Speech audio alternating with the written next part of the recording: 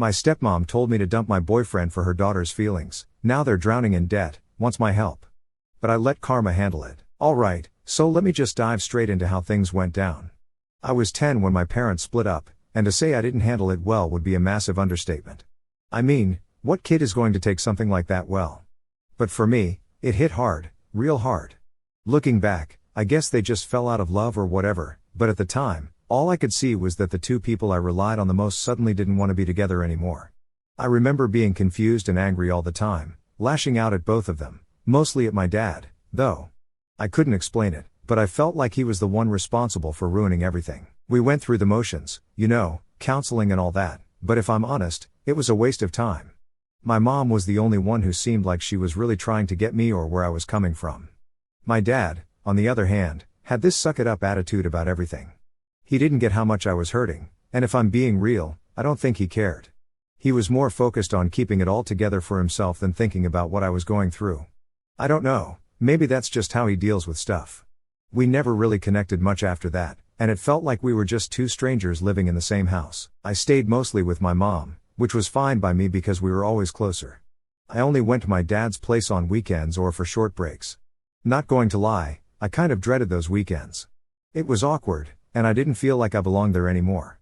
But things took a turn when I was about 14. That's when my mom decided to remarry.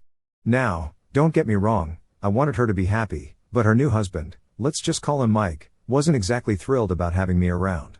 I don't know if it was me or if he just didn't want a kid who wasn't his own in his life, but the vibes were clear, I wasn't welcome. And then, just like that, my mom made a choice. She picked her new life with him over me. I can't even begin to describe how that felt. It was like one moment she was my rock, the only one who understood me, and the next she was pushing me out of her life. She told me it was for the best and that I should live with my dad. Yeah, right, for her best, maybe. I was crushed. I felt abandoned. Like, how do you go from being the center of someone's world to being shoved aside because their new husband doesn't want to deal with you? It didn't make sense to me then, and honestly, it still doesn't now. So, I packed up and moved in with my dad and his fiancée, Olivia. Now, Olivia was a piece of work. She'd been with my dad for a while at that point, and she had this weird idea that she could just step in and be my mom or something. I wasn't having any of that. I was still reeling from being ditched by my actual mom, and here's this woman trying to act like everything was normal. I shut that down quick. I didn't need or want another mom, especially not one who didn't get me or my situation. My dad, of course, didn't really notice or care about how I was feeling. He was too busy playing happy family with Olivia to realize that I was struggling. To him, it was like I should just get over it, move on, and adjust to the new family dynamic. But how the hell was I supposed to adjust when my life had been turned upside down? Living with them sucked, plain and simple. Every day felt like I was just trying to survive in a place where I didn't belong. Olivia was always hovering, trying to get me to open up to her or do things as a family. I wasn't interested. The more she pushed, the more I pulled back. And my dad? He acted like everything was fine, like me being there was no big deal. Meanwhile, I was grieving the fact that my mom had basically ditched me for a guy who couldn't stand the sight of me. There were times when I thought about running away, just leaving and seeing where I ended up. It was that bad. But I didn't. Instead, I stayed, kept my head down, and counted the days until I could get out for good. I threw myself into school, focused on getting into college, and planned my escape that way. I figured if I could just make it to college, I'd be free. Alright, so I made it through high school without completely losing my mind, but living with Olivia and my dad was rough. Every day was just tension. Like, there was no big blow up or anything, but it was always there, that feeling that I wasn't wanted. Olivia wasn't mean to me outright, but she had this way of making me feel like I was just in the way, like everything would have been easier if I wasn't around. She never said it, but I could feel it. And then there was Jess, her daughter. Now, Jess wasn't the issue at first. She was alright. We weren't close, but she wasn't a total brat or anything. It was just awkward because Olivia would constantly go out of her way to make sure Jess was the center of everything. Like, Jess got special treatment for everything. Olivia was constantly pulling strings to make her life easier, sports teams, school plays, whatever Jess wanted, Olivia would make it happen. And Jess? She kind of just went along with it. She wasn't exactly spoiled rotten, but she didn't push back either. She just accepted that her mom was going to smooth everything over for her, no matter what. Meanwhile, I was just in the background, trying to stay out of the way and not cause any drama. Living with them was like living in someone else's home. My dad had his own life with Olivia, and I was just there. I mean, sure, I had a room, but it never felt like mine. It was more like a guest room where they just let me crash. I tried to keep busy with school and avoided being home as much as possible. I'd hang out at friends' places or stay late at the library, basically doing anything to not deal with being at the house. But then things started to get complicated when Jess started acting weird. It was like overnight she went from just being Olivia's daughter who I tolerated to this person who was constantly hovering around whenever I brought someone over, especially when it was Ethan. Yeah, I know I haven't mentioned him yet, but this is where he comes into the picture. So, Ethan and I started dating when I was in college. We were both studying at USC, and things were going well between us. He's a good guy, and I really liked him. Naturally, I started bringing him over to my dad's house sometimes, and at first it was fine. But then, out of nowhere, Jess started acting all weird around him. Like, she'd get super shy and quiet, which wasn't her usual vibe at all. At first, I didn't think too much of it. I just figured maybe she was having a bad day or whatever. But it didn't stop. Every time Ethan came over, Jess would be all flustered, like a middle schooler with a crush. She'd hang around when we were trying to talk, asking him random questions and just being there. It started to get really awkward, but I didn't want to make a big deal out of it. I figured it would blow over eventually, right? Wrong. It only got worse. Jess was straight up obsessed with Ethan. She started making excuses to be in the same room as us, or she'd just randomly show up when we were hanging out. I even caught her staring at him a few times. It was super uncomfortable, and I didn't know how to handle it at first. I mean, what was I supposed to do? Tell my dad that his fiancée's daughter had a crush on my boyfriend? That wouldn't end well, and I knew it. So, I tried to handle it myself. I pulled Jess aside one day and straight up asked her if she had feelings for Ethan. She looked like she wanted the ground to swallow her up, but she didn't deny it. She didn't even say anything, just kind of nodded and avoided eye contact. I told her that this was really weird and awkward for me, and she needed to back off. I thought that would be enough to put an end to it, but nope. If anything, it got worse. Jess started acting all dramatic after that. Her grades slipped, and she was moping around the house like she was heartbroken. I'd hear her crying in her room at night, and Olivia, being Olivia, noticed, of course. She had to get involved. Instead of talking to Jess like a normal parent, Olivia decided that it was somehow my fault that Jess was a mess. She cornered me one day in the kitchen and accused me of flaunting my relationship with Ethan to make Jess feel bad. Like, seriously? How was it my fault that Jess had a crush on my boyfriend? It was ridiculous, but Olivia was dead serious. She told me I needed to be more considerate and suggested that maybe I shouldn't bring Ethan around anymore, for Jess's sake. Yeah, no, that wasn't happening. I told her flat out that I wasn't going to stop seeing Ethan just because Jess had a thing for him. If anything, Jess needed to learn how to deal with her feelings like an adult, not expect me to bend over backward to make her feel better. Olivia didn't like that answer, and she went straight to my dad about it. Now, my dad's always been the kind of guy who avoids conflict, so of course he tried to play peacemaker. He sat me down one night and gave me this whole speech about how I needed to be more understanding and that maybe I should take a break from seeing Ethan for a while, for the sake of the family. I couldn't believe what I was hearing. My dad was seriously suggesting I break up with my boyfriend just because Jess had a crush on him? I laughed in his face. I didn't mean to, but it was so ridiculous I couldn't help it. I told him there was no way I was ending my relationship just because Olivia and Jess couldn't handle their feelings. That conversation turned into a massive argument. My dad kept going on about how I needed to think of Jess's feelings and how I was making things harder for everyone. I just kept telling him that it wasn't my problem. I wasn't going to change my life to make things easier for them. If Jess couldn't handle seeing Ethan around, that was on her, not me. By the end of it, it was clear that things weren't going to get any better. My dad was siding with Olivia, and I wasn't going to give in to their demands. The tension in the house was unbearable after that. I couldn't even look at Jess without feeling angry, and every time Olivia opened her mouth, it was just to make passive-aggressive comments about how hard things were for Jess. I knew then that I couldn't stay there much longer. This wasn't my home anymore, and honestly, I didn't think it ever really was. My dad had chosen his new life with Olivia and Jess, and I was just an outsider. I needed to get out, and fast. So, yeah, that's how things went downhill with Jess, Olivia, and my dad. It was like everything was building up to that moment, and once it hit, there was no going back. I was done with the drama, done with the feeling of not belonging. It was time to make a move, and I knew I had to do it soon. So, after that whole mess with Jess and Olivia, things at my dad's house just kept getting worse. I was basically living in a pressure cooker, waiting for the next explosion. Every day felt tense and awkward. If I wasn't at school, I tried to be anywhere but home. It was just getting unbearable. But then things hit a new level of crazy, and that's when I realized I had to get out for real. I guess I should have seen it coming, but it still threw me. One night, my dad asked me to sit down and have a family meeting. Now, if you've ever been in a dysfunctional family, you know that those words usually mean bad news. I wasn't looking forward to it, but I figured, fine, let's get this over with. We all sat down in the living room, me, my dad, Olivia, and Jess, and honestly, from the looks on their faces, I knew this was going to be some sort of intervention. My dad started off with this whole speech about how the tension in the house was affecting everyone, how we all needed to figure out a way to get along better. I didn't say anything, just nodded along, waiting for him to get to the point. Then Olivia jumps in. She starts talking about how Jess has been struggling lately, which I already knew, and that the situation with Ethan wasn't helping. And I'm just sitting there thinking, great, here we go again. But instead of going down the usual path of blaming me, she drops this bomb on me. We think it would be best if you took a break from seeing Ethan for a while. I swear I almost laughed again. Like, seriously? This again? But she wasn't done. Olivia went on to explain that Jess needed time to process her emotions and that my relationship with Ethan was distracting her from focusing on her own life.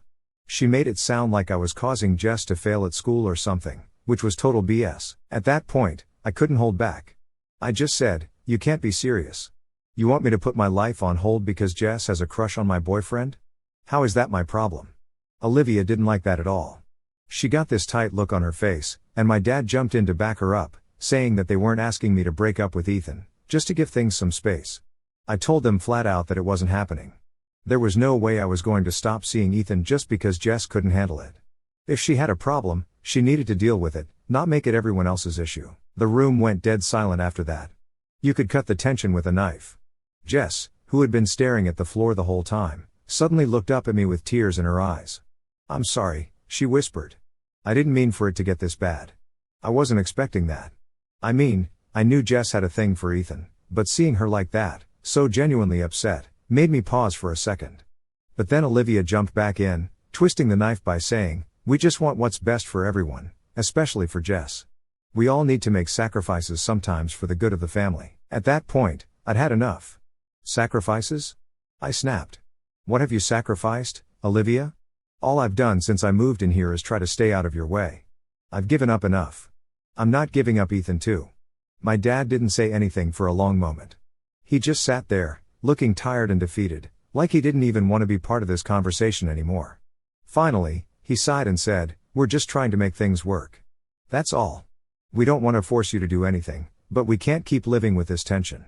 I stared at him, wondering how he couldn't see how messed up this whole situation was. I'd always known he wasn't the best at handling emotions, but this was a whole new level of avoidance. Instead of dealing with the real problem, they were all just putting the blame on me.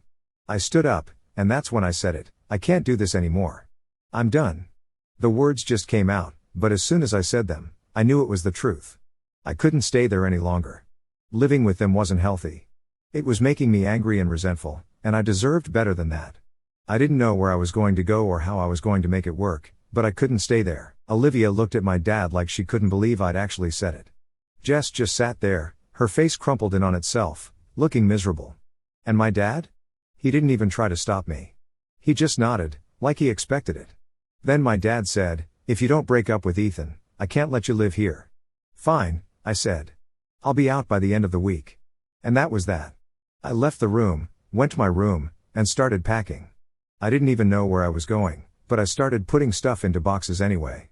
Part of me was angry, but another part of me just felt relieved. I didn't have to deal with their crap anymore. I could just walk away and leave it all behind. Over the next couple of days, I packed up everything I owned. I barely spoke to anyone in the house. Olivia acted like she didn't care, and Jess kept to herself, probably embarrassed about the whole thing. My dad tried to talk to me once, but it was just more of the same, him trying to make peace without actually fixing anything. I didn't tell him where I was going when I left. I didn't think he even cared. The day I moved out, I loaded up my car, looked back at the house one last time, and then I drove off. I didn't look back. Leaving wasn't easy. I was scared and uncertain about what would happen next, but I also knew that staying in that house wasn't an option anymore. My dad had made his choice. He'd chosen his new family over me, and I wasn't going to stick around and be a second thought in my own life. I didn't really know what the future held for me, but I knew one thing for sure: I was done with the toxic mess my life had become in that house. It was time to figure out who I was and what I wanted without them dragging me down. It was time to start living for me, not for them. So, after I left my dad's house, it was like a weird mix of relief and straight-up panic. I had no idea what I was doing. I didn't have a solid plan or anywhere permanent to stay right away, but I knew I couldn't stay in that toxic mess any longer. It was like getting out of a pressure cooker. Yeah, things were calm for a minute, but now I had to figure out how to survive on my own. At first, I crashed at my friend Kayla's place. She had this tiny apartment not too far from campus, and she was cool enough to let me stay with her for a while. I didn't want to be a burden, so I told her it was temporary, just until I figured things out. I started looking for a job immediately, even though I was still in school. I knew I had to start making money if I was going to pay for rent and all that. Those first few weeks were rough. I was working random shifts at a 24-hour diner, mostly late nights and weekends. I didn't have much choice, I needed the money. It wasn't the best job in the world, but it paid enough to keep me afloat. Between working, going to class, and studying, I barely had time to think, and honestly, that was probably for the best. But every now and then, when I had a quiet moment, I'd start thinking about everything that had happened with my family. It was hard not to feel angry and a little lost. I mean, I knew I made the right choice by leaving, but that didn't make it any easier to accept that my dad had chosen Olivia and Jess over me. It stung bad. It felt like I wasn't even part of his life anymore, like I'd been replaced. The worst part? He didn't even reach out after I left. Not a single phone call or text to see if I was okay. It was like I just disappeared, and he didn't care enough to check. That hurt more than I wanted to admit. But I was trying not to dwell on it too much. I had to focus on building my own life now, without relying on him. After about a month of couch surfing at Kayla's, I finally found a tiny studio apartment that I could afford. It wasn't much, just a small room with a bathroom and a kitchenette, but it was mine. It felt good to have my own space, somewhere I didn't have to walk on eggshells all the time. The first night I slept there, I remember just lying on the floor, since I didn't have any furniture yet, feeling this huge wave of relief. For the first time in a long time, I felt like I could actually breathe. But of course, life wasn't going to let me off that easy. About 2 weeks after I moved in, I got a text from my dad. It was short and cold, like he was writing an email to a coworker or something. He said something like, "Hope you're doing well. Let me know when you have time to talk." That was it. No apology, no "I miss you," nothing. Just a sterile message that felt more like an obligation than him actually wanting to talk. I stared at the message for a long time, trying to figure out how I felt about it. Part of me wanted to reply, to open up some kind of dialogue and maybe, just maybe, fix things. But the other part of me, the part that was still pissed off and hurt, wanted to just ignore him. Why should I be the one to reach out when he hadn't bothered to check on me in weeks? Why should I care when he clearly didn't? In the end, I didn't respond. I just couldn't. It wasn't about being petty or trying to punish him. It was more like, what was the point? What could we possibly say to each other that would fix everything? I wasn't ready to go back to that mess, and honestly, I didn't know if I ever would be.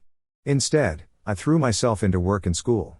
I was grinding nonstop, doing whatever I could to keep moving forward. It wasn't easy, but it felt good to be doing something for myself for once. I wasn't living under anyone's roof or dealing with their drama. This was my life now, and I was determined to make it work. Ethan was a huge support during this time. He never pressured me about the whole family situation, but he was there when I needed someone to vent to or just to hang out and distract me from everything. He'd come over to my new place after his classes, and we'd sit on the floor, still no furniture, by the way, and just talk about anything but my family. It was nice to have someone who got me without all the baggage attached, but despite trying to move on, I couldn't shake the feeling that something was missing.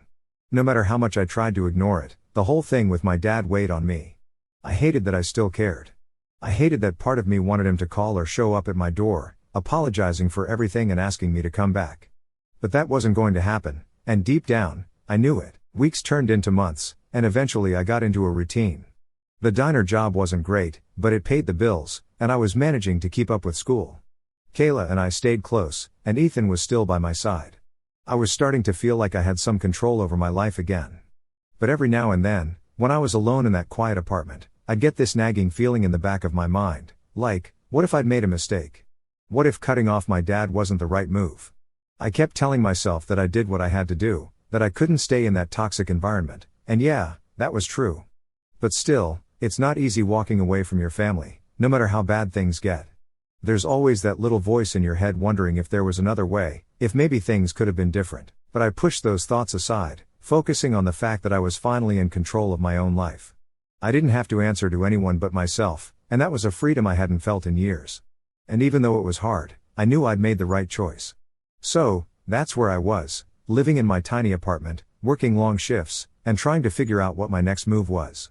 I hadn't heard from my dad or Olivia since that text, and honestly, I was okay with that. I was starting to build something for myself, and that felt pretty damn good. Alright, so things got messy after I left, but what really surprised me was how bad it got for them. I didn't expect their lives to fall apart like they did. It's almost like karma was just waiting for the right moment to come down hard on them. A few months after I had fully cut ties with my dad, Olivia, and Jess, I started hearing bits and pieces about what was going on with them. I wasn't trying to keep tabs on them or anything, but mutual friends and old neighbors would drop little tidbits in conversations. And from what I heard, their perfect life was slowly unraveling. It started small, arguments between my dad and Olivia, tensions at home. But eventually, things spiraled. Turns out, after I left, Jess really went off the rails. She wasn't just sulking over her unrequited crush on Ethan like she had been before. No, she fully spiraled. She dropped out of college not long after I moved out. At first, it seemed like she was just taking a break, but the truth was she couldn't handle the pressure without Olivia constantly smoothing things over for her. Jess was left to deal with real life, and she couldn't do it. She started hanging out with the wrong crowd, getting into trouble. It got bad enough that Olivia, who once coddled Jess like she was made of glass, couldn't even control her anymore, and that's when things at home went from tense to chaotic. Olivia was freaking out because her perfect little girl was slipping through her fingers, and my dad? He was caught in the middle, trying to keep the peace like he always did. But this time, it wasn't working. I heard that Jess ended up getting arrested twice. The first time was for shoplifting, and Olivia managed to get her out of it, pulling some strings with one of her lawyer friends. But the second time, it was worse. Apparently, Jess had been caught with some drugs at a party, and there was no quick fix for that. She was facing real charges, and Olivia couldn't just throw money at the problem to make it go away. From what I was told, this was the final straw for my dad. He had already been on edge, dealing with Olivia's control issues and Jess's breakdown, but now with legal problems and their reputations on the line, he snapped. They were constantly fighting, screaming matches, doors slamming, the works. And the thing is, Olivia had no one to blame but herself. She created this mess, but instead of admitting that, she tried to pin it on my dad, saying he wasn't supportive enough or that he wasn't leading the family. Classic deflection. Then there was the financial disaster. I found out through some old neighbors that my dad had made some bad investments after getting pressured by Olivia to expand their wealth. Olivia had always been obsessed with status, having the nicest house, the newest car, and of course, being better than my mom ever was. She pushed my dad to invest in some sketchy real estate deal, thinking they'd make a quick profit. Spoiler alert, it didn't work out. They lost a lot of money, we're talking almost all of my dad's savings. The house they were living in? They were on the verge of losing it. Olivia had spent years pretending they were living the high life, and now it was all crumbling down around them. My dad, who had worked his whole life to build some kind of stability, was now facing the possibility of having nothing. And guess what? Olivia bailed. Yep, when things got too tough for her, she packed her bags and left. She wasn't about to stick around and deal with the consequences of the mess she helped create. From what I heard, she ran off with some guy who had more money, someone she met through one of her fancy social circles. It was typical Olivia, always chasing the next best thing, never sticking around when things got hard. So, there was my dad, left with nothing. His wife had left him, his daughter was in serious legal trouble, and he was drowning in debt. I remember thinking, well, this is what happens when you pick the wrong side. And yeah, maybe that sounds harsh, but I couldn't feel bad for him, not after everything he'd put me through. Then, out of nowhere, I got a text from my dad. It wasn't like the cold, business-like messages from before. This one had some desperation in it. He asked if we could talk, said he needed to explain everything. I didn't respond right away. What was there to talk about? He chose Olivia and her perfect little life over me, and now that it was all falling apart, he wanted to reconnect? I wasn't interested in playing savior for him. But a week later, I got another text, and this one hit harder. He was asking for help, financial help. Can you believe that? After everything that happened, he had the nerve to ask me for money. Said he was in a tough spot and that he didn't know where else to turn. I stared at that message for a long time, just trying to wrap my head around it. I guess that was his last play. Olivia was gone, Jess was a wreck, and now he was broke. The guy who had never really been there for me, who chose his new family over his own daughter, was asking for a lifeline. It was hard to believe, but at the same time, I wasn't shocked. When you build your life on someone else's terms, it falls apart just as easily. I didn't respond. I couldn't. There was nothing left to say. He made his choices, and now he had to live with them. It was kind of poetic in a way. The perfect little life he built around Olivia had crumbled, and now he was left standing in the ruins. Meanwhile, I was doing just fine. I had my own place, my own life, and I didn't need him anymore. That's the thing about karma, it doesn't care how long it takes, it just waits for the right moment to show up. And when it does, it doesn't hold back.